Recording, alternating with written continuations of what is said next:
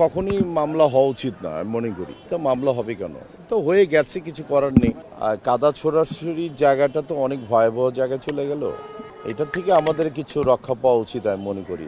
এটা একটা সময় গিয়ে একটা দুর্ঘটনা ঘটেছে। ভালো নির্বাচনের আউটসাইডের মানুষ খুব একটা নাই, ভালো দেখছি আমি। আমি বলতে পারি না এটা কখনই মামলা হওয়া উচিত না আমি মনে করি। এটা শিল্পী সমিতির নির্বাচন, এটা মামলা হবে কেন? তো হয়ে গেছে, কিছু করার নেই।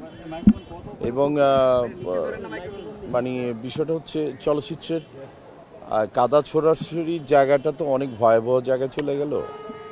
এটার থেকে আমাদের কিছু রক্ষা পাওয়া উচিত আমি মনে করি। এই হারানো গৌরবটাকেই ফিরানোই এখন আমাদের দায়িত্ব। আর কিছু এজেন্ডা না হলেও চলবে।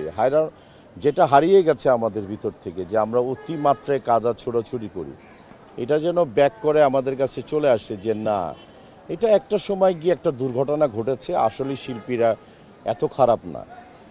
এই প্রত্যাশাটাই আমি করব, আর অন্য কোনো প্রত্যাশা আমার কাছে এখন আর নাই। সর্বশেষ কথা বলতে চাই, দেশটা আমার, এই দেশের মানুষগুলিও আমার, মানচিত্রটাও আমার।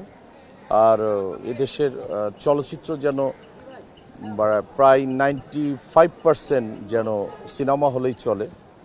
বিদেশি ভিনদেশি কোনো চলচ্চিত্র যেন 100% চলার মতো কোনো কারণ যেন না ঘটে, সেটাই আমি চাই।